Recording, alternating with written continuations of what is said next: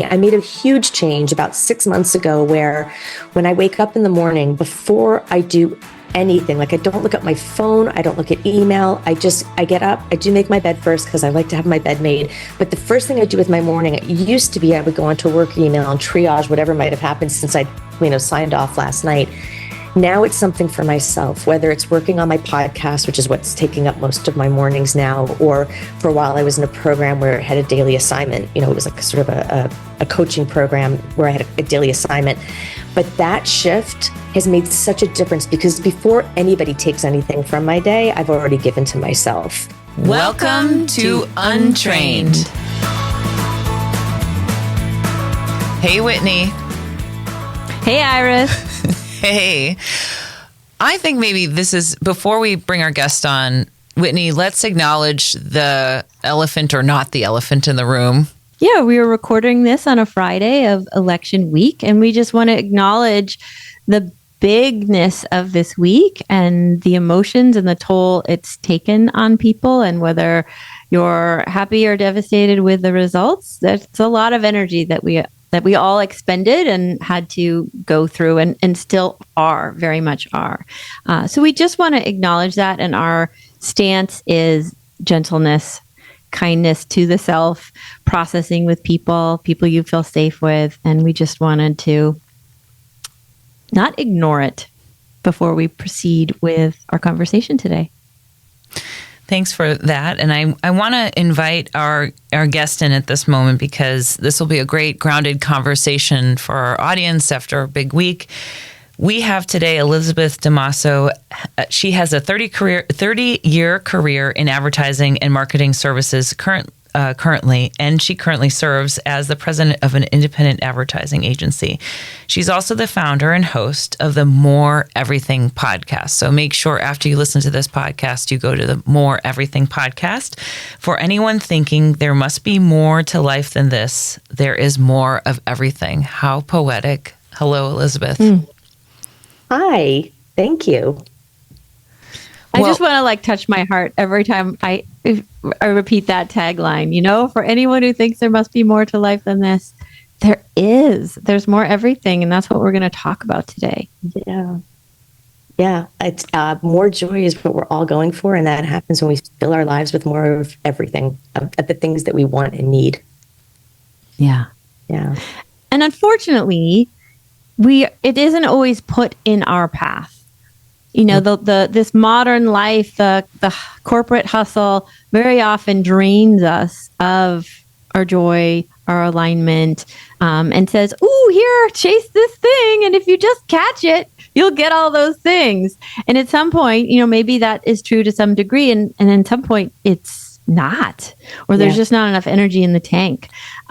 So when we were talking about today and the untraining that Elizabeth has constructed in her life and is in the process of, and I've had a front row seat to that. We're connected through Chief, and I've always admired, I've always loved your journey. And when you told me about this podcast, I was like, oh yes, you must come join the Untrained podcast. But you talk about, you weren't an Olympic athlete, but you had an incredibly competitive spirit always growing up. And what you're trying to do in this phase of your life is keep that competitive fire, keep that spirit within, and shift away from the old structures of goals and finish lines and measuring sticks, and replace it with more a measuring stick of meaning and alignment. So I would love for you to talk a little bit about that feisty athlete you were, that went after the goals as a track athlete, and that journey to where you are today to be able to see it this way. Yeah, thank you for that. When I started thinking about the podcast and what I could offer to listeners, it has been the last 4 to 5 years of my life have been this untraining of the way I was living. I was living according to the norms of others, things that society said I should want and need and pursue. But I was really going back, and I remember starting the first time in my head. I was in elementary school, and I was on the track team. And the funny part of that is I might have been 4'6" at the time. I was the smallest kid by a ton at school and certainly in the track world. But I had this incredible coach, Coach Harrington, and he liked me.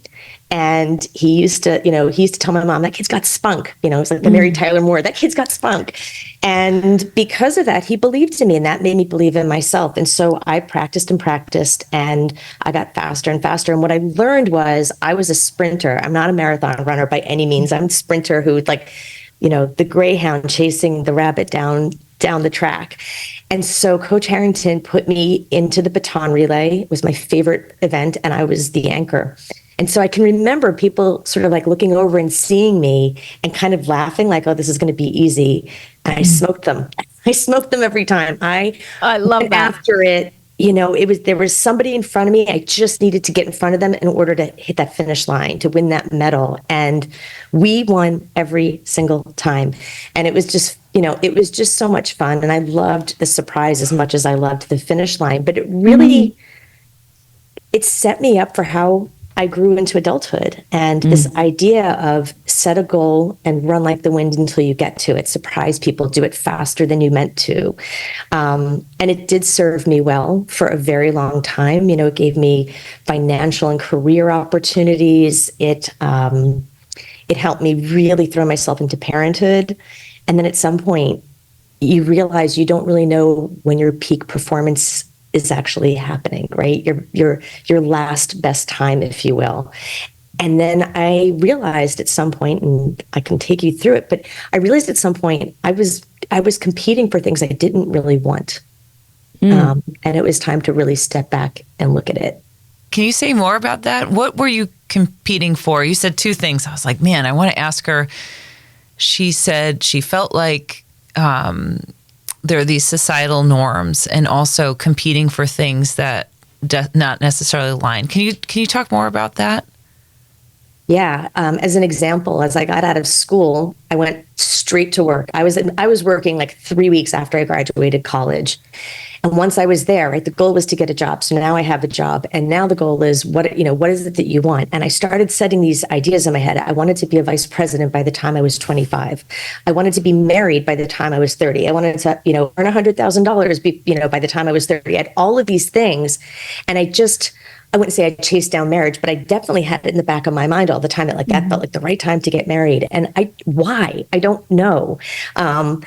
But I did them. I didn't get married at 30. I was 33, but I ticked off, I got the VP title. I got the salary increase. I moved to a new job that had more responsibility. But what I found was that in order to have those things, you have to continue to grow and give, right? So 40 hours a week quickly becomes 50, quickly becomes 60. Then I'm sleeping overnight in the office to get more hours in. Then I'm sleeping 2 nights in a row in the office, and it slips, pretty quickly. And I got reset when I had my son. I gave birth, and all of a sudden I realized I had to slow down in the career because I couldn't sustain both. I was a really good mom and I was a really good worker, but I was not good at balancing the two. And I took a very brief time off to just consult and stay home with him. And it did reset me. But then all of a sudden I found myself doing the same thing with my kids, right? Like, my ex would call me like the Uber mom. And I was like, oh my God, it felt like pressure. Like, what does that mean? What is that supposed to be? Oh, and I'm supposed to be working also and, pulled together and have it all under control. And I did to some extent, but I paid a price for it, which is that I gave up. Like when I think about my 20s, I just remember being in the office. I really remember very little of my 20s because of that. So that's unfortunate. That's a part of my life I won't get back. Yeah. Yeah. And how did you know? You also said there was a point where you realized you didn't want to keep going after these goals in the same way. It wasn't working for you. How did you know it wasn't working for you? And what role did your body play in letting you know? It started during COVID. Like everybody, we were sheltering in place, and it was the first time I wasn't traveling for work, every other week, and I wasn't out with friends or socializing. I was just home with the kids, and they were both teenagers at the time, but it felt so good. It felt so good to be home, and I got really quiet and really introspective. And I realized that I was so much happier, even though the world was chaotic and we were afraid and groceries were hard to find, right? I didn't have no toilet paper in the house. But I was just so happy. My kids were with me. We were safe. We were going through this experience together. And it made me start to question everything and to really pull apart what parts was I happy about and what parts what was I not so happy about. And then decide what to do. So some things got, I always tell people it was almost like cleaning out your closet. You take everything out of your closet and you're like, none of this fits anymore. It doesn't suit me anymore. And it's going to get donated so somebody else can have it. And then there are things that you're like, I can tailor this and make something out of it. And then there are things you love that go immediately back in. And that's sort of, that was what I did with my life. I took a look and said, can I fix, my marriage? And the answer was no, I couldn't. And so that had to go. Do my kids need support from me in a different way? Yes, I'm not going to travel the way I used to travel. I'm going to be home and present more often. Even the way I worked I think I became more thoughtful because I didn't want to see other people do what I did, to put so much of themselves into a job that they felt that they lost some key part of themselves. And I've always liked mentoring people, but it came a deeper level. I really care not just about how people succeed in their careers, but in sort of their core of who they are and who they want to be and how work fits into that.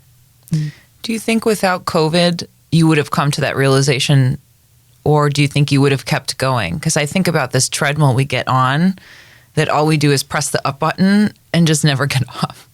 So do you think that COVID kind of helped push this, that emergency stop button on that for you? But do you think you would have gotten there without having the forced reset? I think I would have gotten there once my kids were out of the house and I'd empty nested. And then I would have had a lot of regret because I would not have had the time that I've now been able to enjoy with them. Like I really am more present since all of that.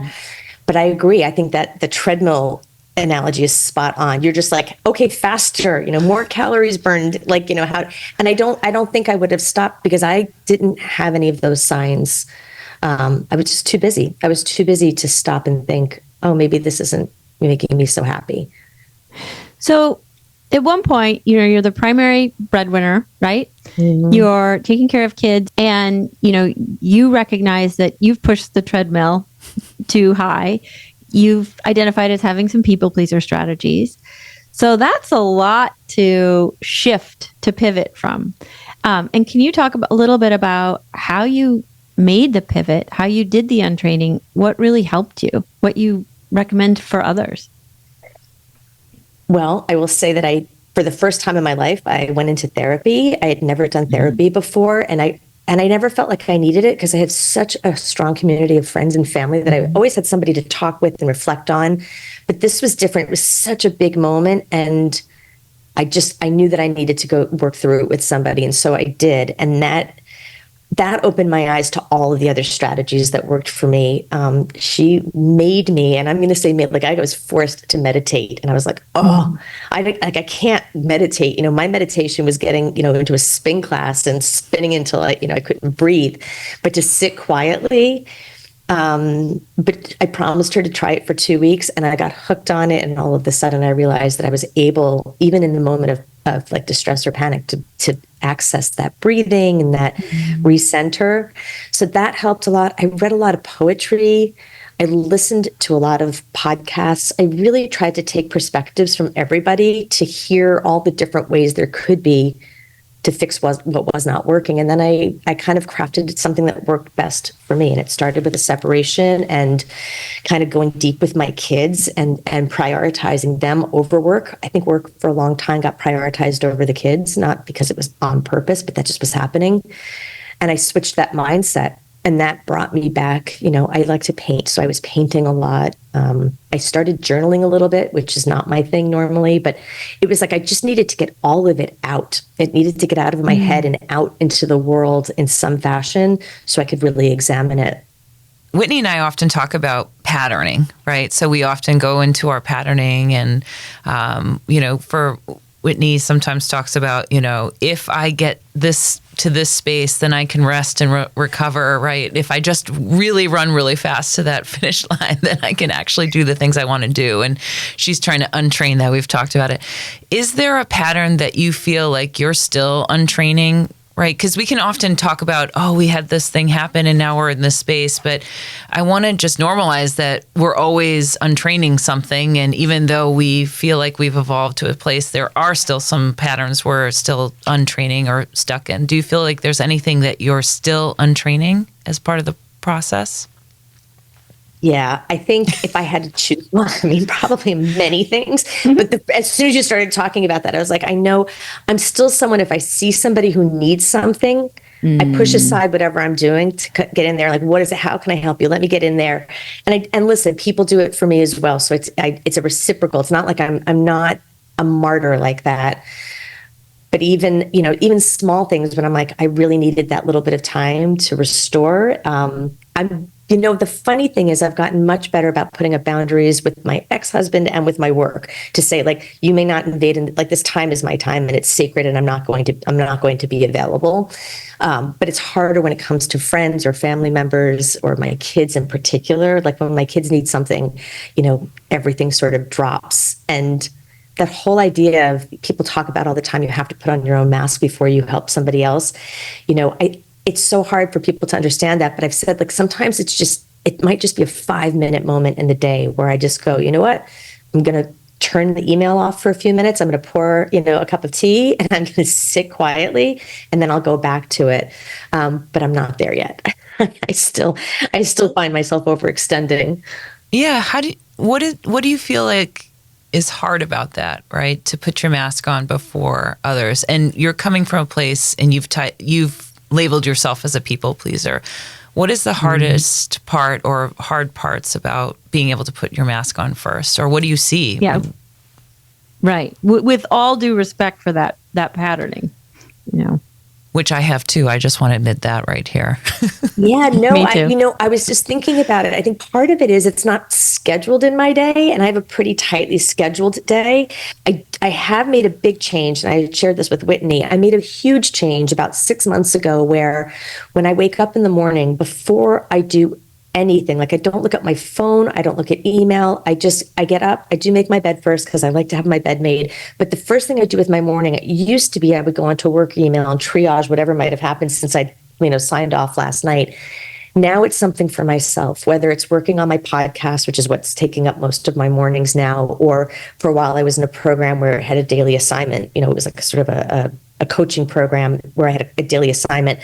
But that shift has made such a difference, because before anybody takes anything from my day, I've already given to myself. And that is something I plan on continuing on. I have resisted the, pick it up and just see, maybe something's happening on social media that might be fun or entertaining. Like, I just don't touch it anymore until I've spent time on myself and things that are important to me. And sometimes that's stuff for my kids. Because I have a daughter applying into college right now. There's a lot of extra happening in this house right now. Yeah. Yeah. Well, one of the things Iris and I talk about is this idea that within the cultures, either the athletic culture or your track culture or the corporate culture, it's like you do the hard work, you get a reward. You do the hard work, you get a reward. But when it comes to this, taking care of ourselves, resting, meaning making, alignment creating, there's nobody going, do it and I'll give you a reward. Nobody. It has to come from within. We have some internal boundary, some internal has to get sparked or ignited for us to do something about it. And I meet with a lot of clients who are ready and not ready to do that. And I'm just curious, as a mentor, as a boss, exploring this topic through your podcast, what are your theories on how to strengthen the new patterning, the new training when we don't necessarily have a team or systems set up for the new training? I mean, I think it's even worse than that. I think there's a lot of guilt around it, right? We're meant to feel backlash. like we should be overperforming, and we should be uber moms or uber executives. But I do. If we don't, I mean, I've seen the other side of it. At the very worst of the things that were happening post-COVID, as I was trying to get divorced, I got diagnosed falsely with cancer. of the stomach. And the stomach is where I hold my stress. And it was no surprise to me that they found what they thought, well, they were cancer cells, but they were not active. And it's a longer story for a different day. But that was the moment where I was like, no more, if I don't take care of myself, to your point, Whitney, nobody is. Like, it has to be me, because I have 2 kids who are not capable of giving me care. They're in need, extraordinary need of care. And I don't have a life partner, and I don't have a place to go other than to go and say, I need this. And that was a big thing for me. I had never felt comfortable asking people to do things for me. And so here I am, I'm going through this cancer scare, endless tests, endoscopies, and you can't take yourself home from the hospital. They won't let you. So I am forced to go out and start asking people to pick me up from these appointments. And it was the hardest thing I've ever done, because I didn't want to feel like I had to rely on somebody. And these are good friends who were more than willing to do it. But it was such an uncomfortable moment. I've been such an independent person for so long that the idea of going and saying, like, can you pick me up? Oh, and by the way, I don't know exactly what time, and I won't until that morning. So I'm asking you to clear your entire day, just to care for this need that I don't even have. I'm like, I can get in an Uber, it's fine, but they won't let you. They won't let you. And so that opened me up to not just asking for help with the doctor's appointments, but with all sorts of things. Like when I got stuck and I needed, someone to pick my kid up from camp, or, whatever it might be, I started asking. And when you ask, people show up. Or they say, I can't do it today, but I can do it tomorrow. And, I think that's really important too, as I said, as I'm looking to establish my own boundaries, to also know that somebody will push back if it's something they can't do. So I'm not uncomfortable asking the next time. But that's been a big lesson. I wonder if you're not the first person that has said this, by the way, and oftentimes they're clients of mine that are female. I wonder what it is about you talked about social norms that creates this bias towards you have to do it all by yourself. Because I feel like the Uber mom, all of those things, the underlying narrative is everything is on your shoulders. Good luck, do it, and do it all, and do it with grace. Because in most instances, I think it is, right? We've read about the mental load on women. We are expected, there's a really funny woman on Instagram who talks about there is no toothpaste fairy. Like, the shampoo doesn't magically get refilled. You don't, your husband or spouse does not automatically open the cabinet and voila, deodorant just appeared overnight. Toilet paper is exactly, in the cabinet where you might need it. And I think that's not every case, but I think it's the majority of the people that I know. We are the ones tallying, is there a birthday present for the party on Saturday? When is the bake sale? This and that and the other thing. And again, I was working full time. I had a spouse at home he was working part-time from home, but it was me and someone that we paid to actually do those things. It was, me and another woman tag teaming in on my kids to make sure that they had what they needed. And I think, shame on me for not saying out loud specifically, I need you to do these things. I definitely spoke about, like, I'm overwhelmed, I need help, I need support, but and maybe not shame on me. Maybe if women are smart enough to figure out that there needs to be toothpaste in the bathroom at all times, like, I think men are capable of that too. They can make lists also. Yeah. Well, I really want to honor that shift that you went through, and just how hard that was to shift from being independent to needing ride homes and asking for those rides home, and just celebrate that as a significant shift in how you move through the world, and not at all insignificant or, mundane, but like truly it's very different from who I was 10 years ago. I mean, it's a very different version of me, and it's a happier, as Whitney knows, my life is messy. I have got, 3 balls in the air at all times, but I've never been happier. And I think it's because I'm taking the chance, right? It requires you really taking a chance on yourself and on others. And I've been doing it, and it's been paying off. And I do find myself sleeping at night. And, at a time that's probably more stressful than other periods of my life, I sleep like a baby. I'd love to know more about your goals for your podcast. What are some of the things you talk about, and what's important to you? What themes are important to you as you're working through your podcast? It's new. I know it's brand new. Yeah. Well, I just want to add in one more question. Yeah. There it is. How you settled, I just have to, how you settled on this topic of all the things that you could have shared. This was really meaningful to you and how you got there. Yeah. So it was not my idea to do a podcast. I got strong-armed into it by my coworker who has a huge heart and said, I've been sitting next to you for 10 years, listening to you, listen to people, give them advice, and it's not even advice, it's perspective. I don't think there's one solution for every problem. So when I was telling people about, as an example, about, what was going on with my kids or what was going on with my marriage, people were sort of stunned because it had always been, they're like, you look so pulled together. I'm like, well, I kind of am, but like everybody, I've got a messy life. And what I realized was the more I shared about that, the more other people could sort of reflect back. And that was when my coworker said, you need to do this. Everybody comes on and they tell people how to fix things. You're not talking about how to fix things. You're talking about how to move through these things and and making mistakes as you go. And I am. I've made lots of mistakes as I've gone along, this journey. I have things I would do differently, but the whole point is not to beat myself up anymore and to just say that this is where we're going. So the goal of the podcast is to bring people in who are in some part of their life that is not completely figured out, or a journey that they're on, and expose some of the yuck, expose some of the things that don't feel great. I did an episode called My Imperfect Life where I started to tease out some of that, and I had friends sending me photos of like their kids' laundry all over their room, the cake that got baked sideways, and I was like, that's it, like that's the real stuff. And I think in a world where there's so much curated content in our social media feeds, we've talked about this, it's not a new topic, but this idea that we are looking at this beautiful, life, and who's traveling and who's eating a fabulous meal, and you're sitting at home looking at a pile full of dirty laundry that your kid has dumped for you. It's there's room for that out there, I hope. I hope that people understand that it's not, that messy laundry is never going to go away. It might shrink, it might leave when they leave home. It'll come back when they come back to visit. But it's okay to live in the mess. And that's hard because I'm I like everything nice and neat and clean. I like all the things in the cabinets, I'm one of those people who needs closet doors closed at night before they go to bed because I just want everything put away neatly. And so the irony of living in the sort of real mess has been really good for me. Yeah.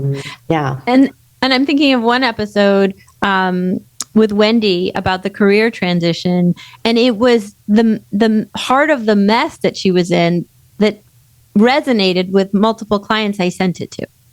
It wasn't the heart. Yes, she's super successful and that's part of it. She landed on her feet. But the advice she had for in the middle of the mess was why I forwarded it. So many people responded to that because she really was very honest about the misalignment between her personal values and her job, her career. Oh, not even her career, it's just that specific job at the time. And so I think a lot of us have felt that and not been able to sort of name it. And she named it, and she gave Iris, you would have liked it. She gave very specific examples of what those things were. And, and it allowed people to really say I've had that moment in a different example of that same feeling of misalignment.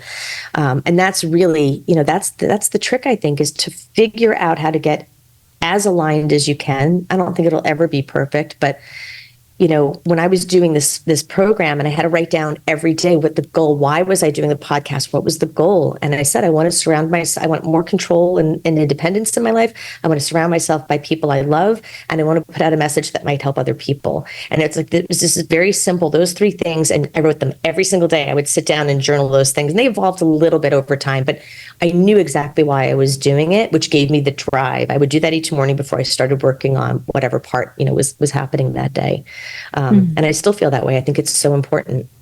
One of the biggest things that I talk to transitioning athletes about is the ability to be vulnerable, because you almost have to have this sort of outlying look like you've got it all to put together.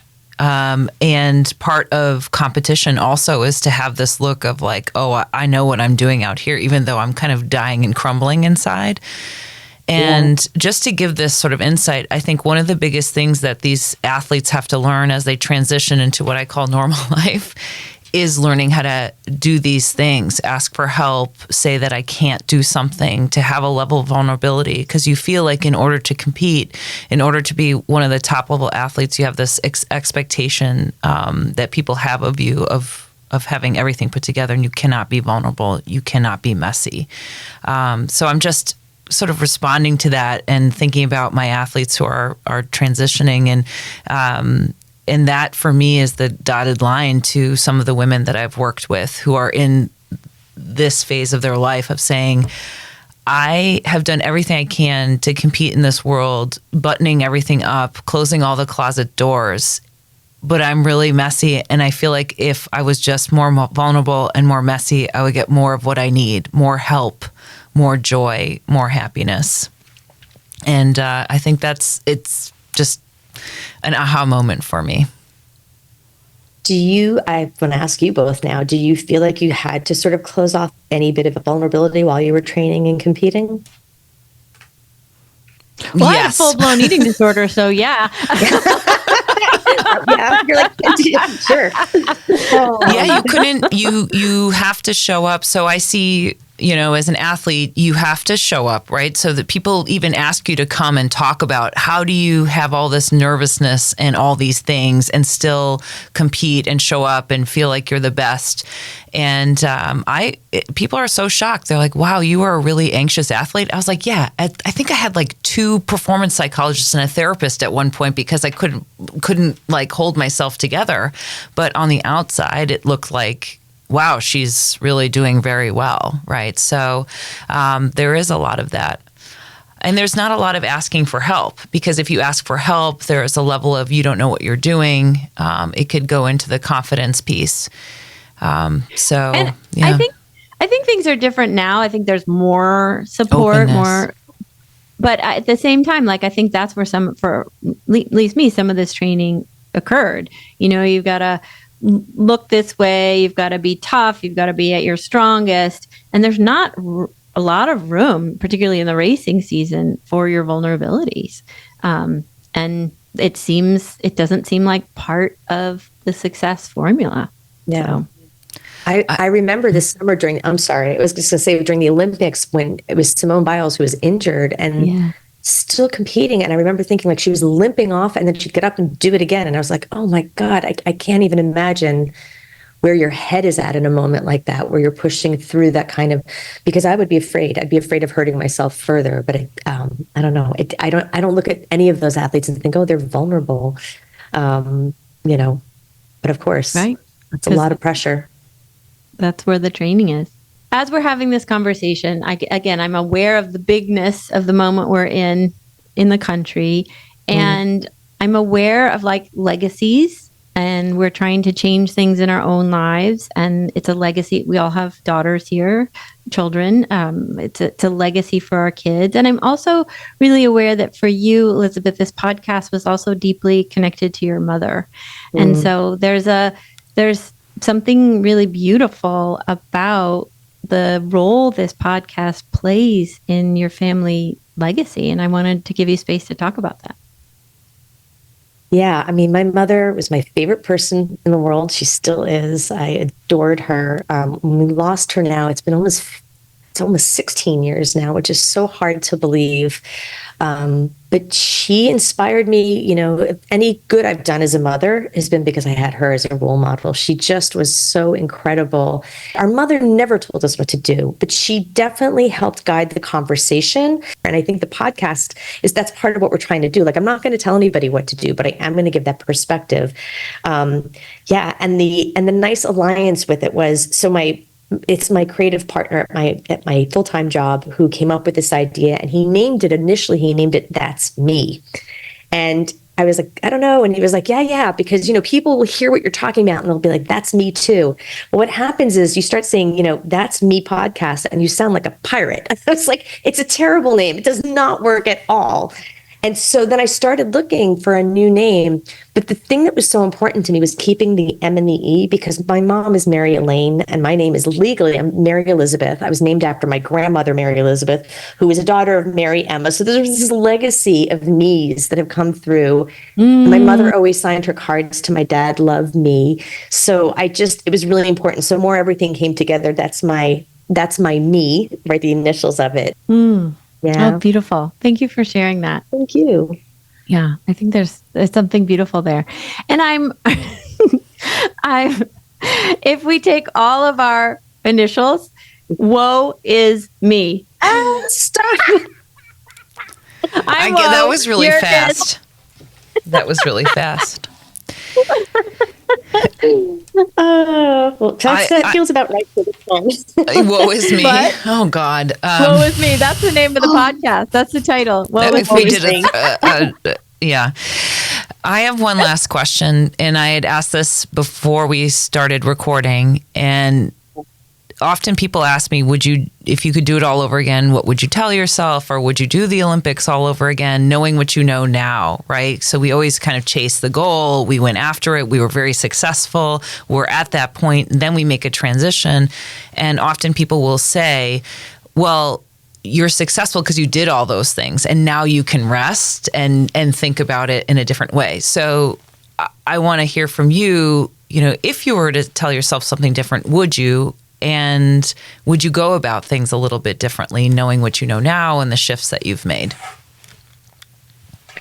Yeah, I don't have regrets about the way I've lived my life. I don't go back and say, oh, I just wish I had done this differently. But if I had the chance to do it again, if it was a fresh sheet of paper and I knew what I know now, yeah, there are things I would have done differently. I would have enjoyed my 20s and 30s outside of just the office, because yes, in some ways, all of that work got me. I mean, I'm at a place today where I can support my family, right? How lucky am I? Because I have friends who took the time off to be parents full time and worry about, is there a job for me out there? And I believe that there is, but I don't have to worry about that, because of course everybody has to worry about that. But I do have this sort of steady years of working and earning income behind me, so that I'm grateful for that. But there probably was another way to get there that did not require sleeping, underneath a conference room table, a few nights a year. So I would do things a little differently. I would open up my mind to life just looking differently. And I am so hopeful for this new generation, because I think there are now so many different ways. You don't have to go to 4 years of college, and you don't have to get out and have a job, internships every summer. A lot of kids still do that, but you're seeing other kids take, paths forward that are just different. We have one of our chief members has a son who's making more money than I am, probably as a professional e-gamer. He's 20 years old or 19 years old. So there's just a lot of different options these days, and I didn't see them when I got out of college. I just knew I was going to work, and I knew the only way I was going to move up is by working hard and proving my value. But I do think there's other ways to go about it now. And also a lot of my leaders struggle with the fact that this younger generation won't push their boundaries, won't sleep under the conference table. Yeah. And so what are you going to do about that? They're going to create change. Yeah. Iris, do you want to answer that question for yourself? I was going to say, I'd love to hear from you. When I answer the question, it's very similar of an answer, right? So I am where I am. All the things that I'm doing now are because of the path that was laid before. So whatever happened, and I don't regret that. But going back, same thing is I would permission myself to take more breaks, to also just see different options, because I think I always felt I didn't have an option. I made the Olympic team. I didn't do as well as I wanted, and there was no other option but to go for another Olympic team, or just keep going, keep trying. Or one of the other things was, this is all I know. This is my identity. I hear that from athletes all the time is, well, this is all I know. So how can I move on? I think I would have probably asked for more help. That vulnerability piece, that was a big part. I didn't know how to ask for help. I didn't know how to incorporate support and help. I didn't know how to rely on it either. Because sometimes I would rely on terrible support. My coach was not great. So I didn't have trust in that. And I think ultimately I would have listened to myself a little bit more, to trust myself and the decisions I was making a little bit more, rather than feeling like I needed everyone else's permission to do something,